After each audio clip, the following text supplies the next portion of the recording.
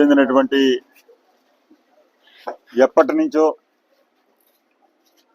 Sericulture రైతులైనటువంటి Chebrolu గ్రామ వాసులందరూ కూడా sericulture అనేది మన పిఠాపురం నియోజకవర్గంలో చేబ్రోలులోనే ఈ జిల్లాలో అత్యధికంగా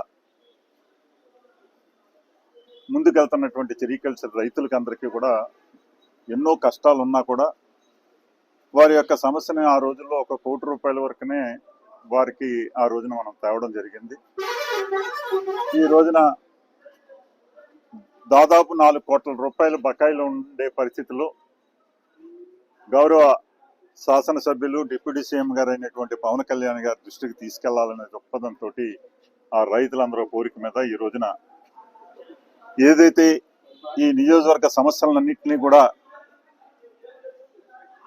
ఇక్కడ చేర్చి ఇక్కడ సమస్యలను తీర్చే విధంగా వెళ్తున్నటువంటి పడా ఆఫీసు పీడీ గారి దగ్గరికి రావడం, ఆ రైతులందరూ కూడా వారి సమస్యలను కూడా పవన్ కళ్యాణ్ గారి దృష్టికి వెళ్ళి వెంటనే వారికి పరిష్కారం జరిగే విధంగా చేయాలని చెప్పేసి ఆ రైతులందరికీ కూడా మనం రైతులతో పాటు మేము కూడా వచ్చి వారికి చెప్పడం జరిగింది.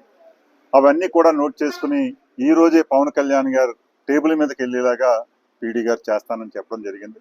తప్పనిసరిగా ఏ సమస్య అయినా సరే ఈ నియోజకవర్గంలో చెప్పిన వెంటనే స్పందించి ఆ సమస్యను తీర్చే విధంగా వెళ్తున్నటువంటి పవన్ కళ్యాణ్ గారు తప్పనిసరిగా ఈ సెరికల్చర్ రైతులను ఆదుకోవాలని చెప్పి కోరుకుంటూ ఉన్నాం. అలాగే మరొక సమస్య సాగరమాల రోడ్డు. ఈ ప్రాంతంలో సాగరమాల రోడ్డు రావడం అనేది ఉప్పాడ తీర ప్రాంతంలో చాలా అత్యవసరమైనటువంటి పరిస్థితి.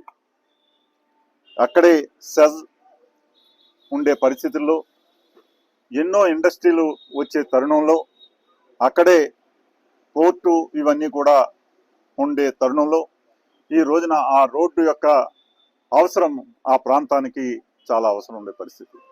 ఎక్కడా కూడా ఏ రకమైన ఆటంకం లేకుండా ఎంత హెవీ వెహికల్ అయినా సరే ఆ రోడ్డు గుండా వెళ్ళిపోయేలాగా ప్రణాళిక రూపుదిద్దుకుని ఈ రోజున ఆల్రెడీ ఆ రోడ్డుని వేయటం జరుగుతూ ఉంది.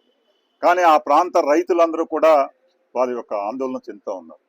వారికి